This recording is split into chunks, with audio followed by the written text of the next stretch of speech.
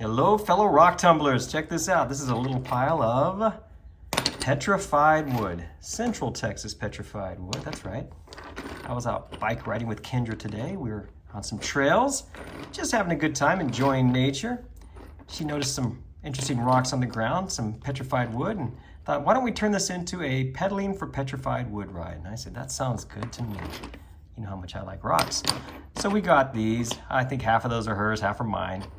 She asked me if I could get these things tumbled and make them shiny, but she doesn't want to lose the natural sort of coarseness to them, and you can see the wood shape. And I thought, well, I can try to tumble these starting with just the second step, the vibratory tumbler, where I go with the 220 grit and move up from there, and skip the initial rotary part where I put it in the silicon carbide 6090 grit for, in some cases, months to get them nice and smooth.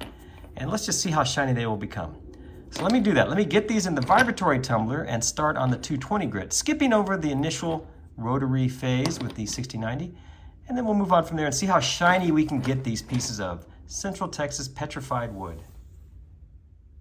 Here's a quick update on our Central Texas petrified wood. This is after 2 days in the Raytech TV10 vibratory tumbler with 220 grit silicon carbide and of course ceramic filler.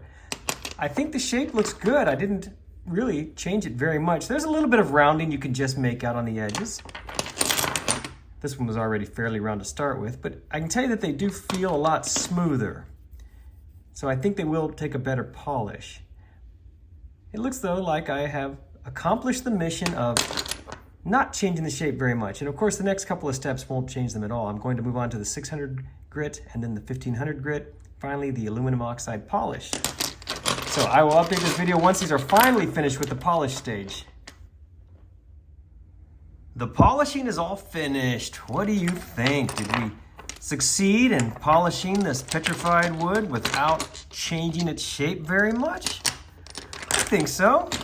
I'm pretty happy with the results. There are a couple of, well, I don't want to call them duds, but a couple of these didn't take great shines, but overall, I think they did. Let's take a closer look at some of these. This one's probably my favorite piece right here. And to be fair, this one was already river tumbled. You could see it was rounded quite a bit when we started. So it actually took a pretty good shine. Of all the rocks, this one's probably the shiniest. And here's another one that also took a very good shine. It was fairly flat when we started. So as you can see, without that coarse stage, we certainly didn't smooth that out, but look at the good shine it took. I think Kendra will be happy with that. What do you think? I remember when Kendra and I first started talking about polishing these pieces of petrified wood this way, she was concerned about this particular piece losing this edge right here. Well, the edge is still there. I think it looks good. It looks fairly natural, and you can see a lot of it took a shine, but other parts of this stone didn't. So the darker, as you can see, the darker side did, but this lighter side just didn't take a shine. Interesting. It just has to do with the mineralization, the hardness, all that good stuff. But still though, I think this is a beautiful piece. And here's another one that was fairly flat to begin with, so it took a pretty good shine. See that? Oh yeah, that's interesting looking there. I like that. It almost looks like there's some sort of, I don't know, shellac on this, but trust me, this was just from the tumbling. And here's another good example of how I was able to maintain the overall natural look of the petrified wood, but still give it a bit of a shine. I think this one turned out really nice. What I ended up doing is I did the 220 grit for 2 days, and then I went to 600 grit for 2 days. Normally, I would then go to 1500 grit for 2 days with silicon carbide. But in this case, I didn't. I changed it up a little bit. I went from the 600 grit silicon carbide to the 14,000 grit aluminum oxide, and I ran it for 3 days instead of 2. And this is the result. I like the color in this one. Look at this. It's got that deep reddish color. And again, it took a pretty good shine, at least parts of it.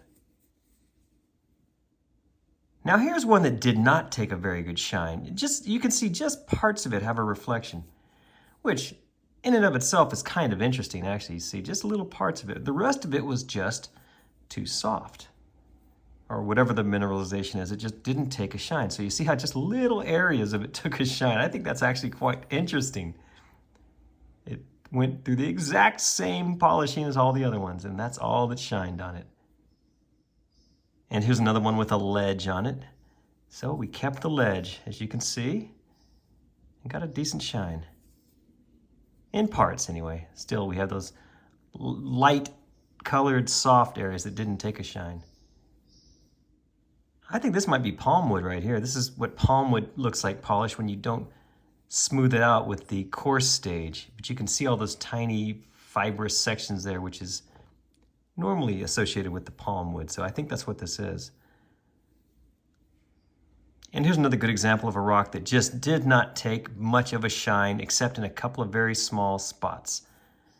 Once again, you've got the harder areas that took a little bit of a shine, and then all that soft area that didn't.